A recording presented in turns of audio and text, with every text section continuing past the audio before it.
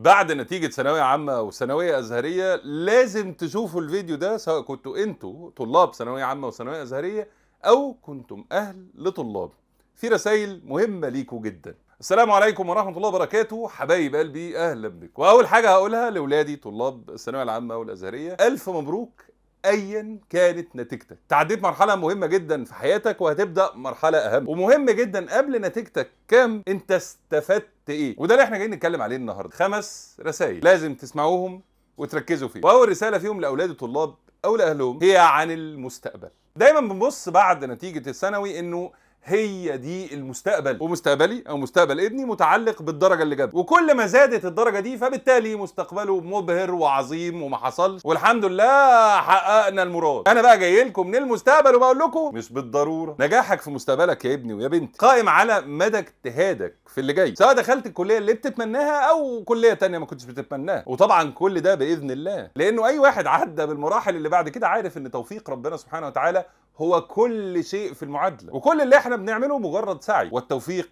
من الله. فاوعى تفتكر ان مستقبلك اتحدد فتحبط عشان ما دخلتش الكليه اللي نفسك فيها، او تتبسط وتسيب الشغل والاجتهاد عشان انت دخلت الحاجه اللي انت نفسك فيها. افتحوا مدارككم يا اولاد، الزمن دلوقتي لمتعددي المواهب والعلوم، اللي بيجتهد في التحصيل، بس مش مجرد تحصيل العلوم النظريه بتاعت المدرسه او الجامعه، ولكن تحصيل علوم المستقبل، سواء الحاجات اللي ممكن يستخدمها كفريلانس على سبيل المثال، او علوم مساعده للعلم الاصلي اللي هو بيتعلمه. يعني من الاخر مستقبلك ملوش دعوه بالدرجه اللي انت جبتها، ولكن له دعوه باللي انت هتجتهد فيه من دلوقتي الى ان ربنا يديك الصحه والعمر وتتفوق، وباذن الله مستقبلك يبقى باهر ومزدهر وجميل. ويا سيدي انت هنروح بعيد ليه؟ ما انت قاعد بتسمعني اهو. اعرفك بنفسي، امير منير، 97.5% في ثانويه عامه، كليه الصيدله جامعه القاهره. ايه علاقتي بصيدله دلوقتي؟ ولا حاجه. سنين وانا شغال في مجال التعليم والتربيه، وعندي شركه في التعليم والتربيه، وهو امر ملوش اي علاقه بصيدله، ولكن ربنا سبحانه وتعالى ساقني لهذا المجال، اجتهدت فيه، اتعلمت فيه، خدت شهادات فيه، فتحت شركه وتعلمت يعني ايه بيزنس، فبقى بينظر الي كبني ادم ناجح. وفي النهايه الامر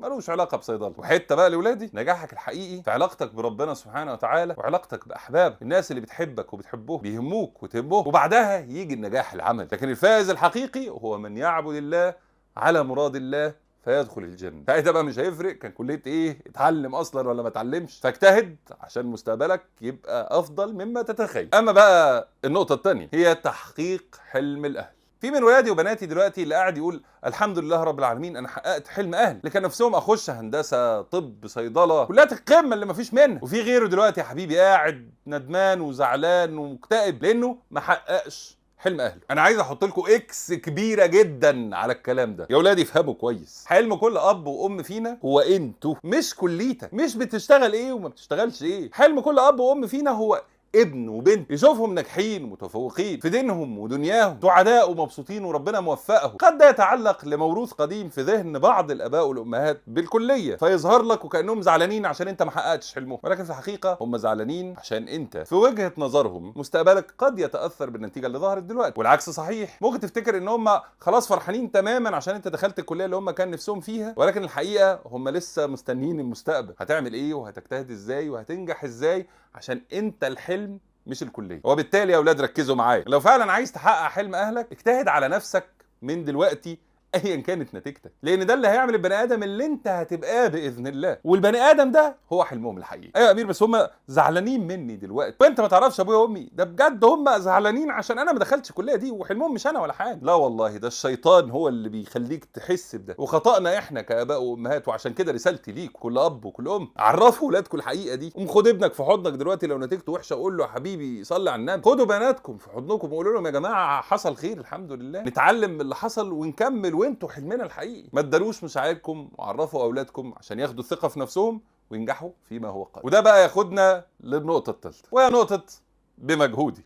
ولادنا دلوقتي هيتقسموا لحاجه من الثلاثه، يا اما انا مجهودي ضاع، يا اما انا ندمان اني ما عملتش مجهود، او بمجهودي انا وصلت اللي انا عايزه. رساله للثلاثه. احد اهم الحاجات اللي لازم تتعلموها يا اولاد ان انت تعيش دلوقتي وهنا في اللحظه دي. ما سبق هو درس اتعلم منه، وبما ان المجهود عملناه خلاص والنتيجه استلمناها فهو ماضي. فلو انت حاسس ان مجهودك ضاع، هو ما ضاعش، انت عملت مجهود وربنا سبحانه وتعالى ما كتبلكش التوفيق في النقطة دي بس، لأنه ربنا سبحانه وتعالى حكيم يعلم ويرى مستقبلك من قبل ما يحصل، ورب الخير لا يأتي إلا بخير. فتبقى فاهم إنه مستقبلك ربنا بيرسمهولك في طريق هتمشيه، فمطلوب منك إنك تكمل مجهود، ما توقفش، وتبقى عارف إن مجهودك ده ولا حاجة، ما هو إلا أخذ بالأسباب والاعتماد على رب الأسباب. فاجتهد في الطريق اللي ربنا هيفتحهولك، لأن الطريق ده هو طريق نجاحك وفلاحك ومستقبلك العظيم بإذن الله. وما توقفش عند حتة أنا مجهودي ضاع. ابتلاء، رسم لطريق جديد واجتهد. طب انا ما عملتش مجهود وندمان، نتعلم بقى. الدنيا كلها بالمجهود والصبر. عايز تتوب من ذنب، مجهود وصبر. عايز تلاقي صحبه صالحه، مجهود وصبر. عايز تنجح في الكليه، مجهود وصبر. عايز تنجح في حياتك العمليه، مجهود وصبر. عايز تبقى عندك عادات طيبه، مجهود وصبر. السر كله في المجهود والصبر. فما تقعدش تعيط على اني انا ندمان اني ما عملتش مجهود. خلصت، عدى وفات. تعمل مجهود في اللي جاي، ربنا هيوفقك. هتكمل على اني ما بعملش مجهود، هتعيش حياتك بتندم ندم بعد ندم. خد بالك. اما بقى صاحب انا بمجهودي وصلت للي انا عايزه، شيطان وضحك عليه. مفيش حاجه اسمها انما اوتيته على علم، في حاجه اسمها الحمد لله. ايه ده يا امير؟ يعني ما افرحش بمجهودي؟ افرح بمجهودي، ولكن افرح اكتر منه بنعمه الله علي، واشكر نعمه ربنا دي عشان تدوم، لان اللي جاي اكتر بكتير واهم بكتير من اللي فات يا اولاد. وده ياخدنا للنقطه الرابعه. انا اصلا اتظلمت.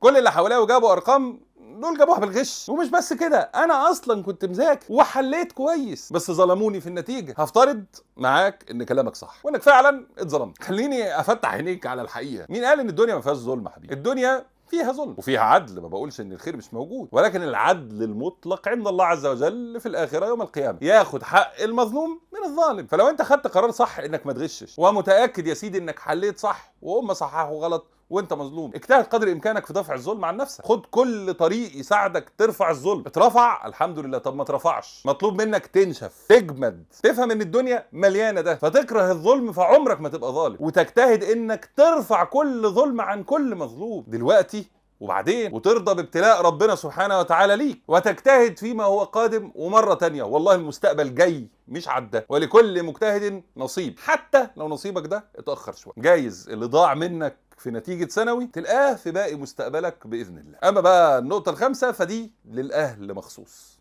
يا اخواتي، حبنا لأولادنا لازم يكون حب غير مشروط. انا ما بحبش ابني عشان هو ذكي، وما بحبش بنتي عشان هي متفوقه، وما بحبش ولادي عشان هم زي ما انا عايز، ولكن انا بحب ابني وبنتي عشان هم ابني وبنتي. وده اللي انا متاكد منه، ان دي مشاعرنا كلنا كاباء وامهات، لكن المشاعر دي كتير بتبقى مستخبيه على اولادنا، وبيشوفوها في المقارنات على سبيل المثال واللي هتطلع دلوقتي. يعني بنت صاحبتي احسن منك في ايه؟ ابن خالتك اجدع منك في ايه؟ زايدين هم مخ ولا عين ولا ايد ولا رجل، ليه ما عملتش زيهم وما جبتش زيهم؟ فمقارنه تظلم ابني وبنتي، لانه قد يكون مش متفوق دراسيا يا سيدي، ولكنه عبقري ولا شاطر في شيء تاني، وهتحط عليه وصمه هتعيش معاه باقي عمره، انه دايما اقل من اللي حواليه، وهتسيب في قلبه جرح انه ابويا وامي كانوا هيحبوني لو انا شاطر، لكن دلوقتي ما بيحبونيش. رساله لا نقصدها، ولكن ده اللي هيوصل. فالمطلوب دلوقتي من كل اب وام، ايا كانت نتيجه ابنك او بنتك، هي المسانده والتعلم مما سبق ومساعدته في اللي جاي. دورنا كاباء وامهات مش ان احنا نسوق لهم القارب في بحر الحياه، ولكن ان احنا نعلمهم هم ازاي يسوق. تفوق بنعلمه، بنحمد النعمه عشان تدوم، بنرجع الفضل لله. هنعمل ايه مع بعض في المستقبل؟ جاب درجه مش حلوه، مش هنعاتب ونلوم ولا نقارن، هنتعلم من الدرس. غلطنا في ايه فمش هنكرره، وبناخد بايده لاختيار مستقبله اللي جاي، ونتعلم ونعلمهم ان المستقبل ده بايد ربنا، ما علينا الا الاجتهاد والثقه في حكمه الله واقداره. ومره تانية الف الف مبروك لكل ولادي ثانويه عامه أزهرية ايا كانت نتيجتكم، ويا رب مستقبلكم افضل مستقبل، واشوفكم كده وانا راجل كبير وانتوا بقى بفضل الله مستقبلكم عظيم، تقولوا لي ربنا يجزيك عننا خير يا امير. الفيديو ده فرق معايا تمام. والى هنا ايها الاحباب ينتهي الفيديو بتاعنا النهارده. قبل ما تمشوا، لايك الفيديو، لايك لصفحه الفيسبوك، سبسكرايب على اليوتيوب، فولو على الانستجرام، منشن لكل حد تعرفوه كان في ثانويه او لابوه وامه. الفيديو ده لازم يوصل للكل يا اخوات، وشير في الخير الدال على الخير كفاعله. من بره مصر او من مصر، ليك في حركات الVPN والكلام ده، تقدر تدعمني على باتريون عشان نطور ونزود في المحتوى باذن الله، وتقدر من خلال اليوتيوب ان انت تعمل جوين للقناه او تعمل لنا سوبر ثانكس، ودول حاجات بتساعدنا جدا برضو